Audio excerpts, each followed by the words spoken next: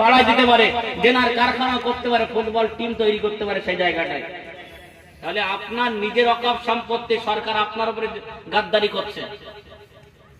এখানে কে কি মনে করবেন আমাদের পিঠ বাঁচানো দায় হয়ে যাচ্ছে, এখনো মুসলমান বুঝতে পারে না।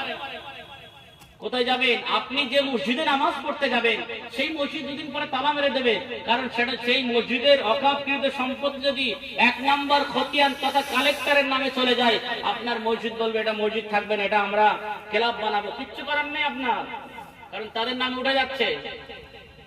যার উপরে ভরসা করে নাকে তেল দিয়ে মুসলমান ঘুমিয়েছিল, সেই মুসলমানের বুকে জোড়া লাথি মেরেছে, মুসলমান এখনো তার পাশে হেঁটে যাচ্ছে, কোনোদিনও বুঝতে পারবেন না। আল্লাহ আমাদের হেদায়েত করুক, এটাই চাই। কারণ আমরা মহা বড় মুসিবতের ভিতরে আছি, যার বিরুদ্ধে কিছু কম বেশি 25 জন মুফতি সাহেব ফতোয়া দিয়েছে, সে মসজিদে গেলে সেই মসজিদ ধোয়া লাগবে, তার এখনো গোলামি করছে। ঈমান আছে বলে মনে হয়? মুসলমানের দেয়ালে পিঠ থাকিনি, দেয়াল থেকে দেয়াল পড়ে গেছে, এখনো পর্যন্ত বুঝতে চায় না যে আমরা কোথায় আছি। আজ আমাদের খানকা, আমাদের মসজিদ, আমাদের মাদ্রাসা সব চলে যাচ্ছে। আল্লাহ বললেন পৃথিবীতে যত বড় গুনাহ আছে সব করো, আর একবার রাতে অন্ধকারে আমার কাছে মাফ চাও, আমি মাফ করে দেব। ইন্না শিরিকা লা যুলমুন আযীম, নিশ্চয়ই শিরিকের গুনাহ আল্লাহ মাফ করে না।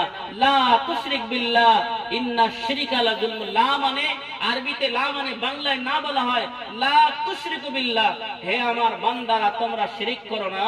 ইন্না শিরিকা, নিশ্চয় শিরিক, লা যুলমুন আযীম, মস্ত বড় গুনাহ। যারা শিরিক করে তারা আল্লাহর বিরুদ্ধে চলে যায়, তারা আল্লাহর ঐতিহ্য চাদর নিয়ে টানাটানি করে। যারা শিরিক করে তারা কি মুশরিক, আর মুশরিকদের ঠিকানা কথা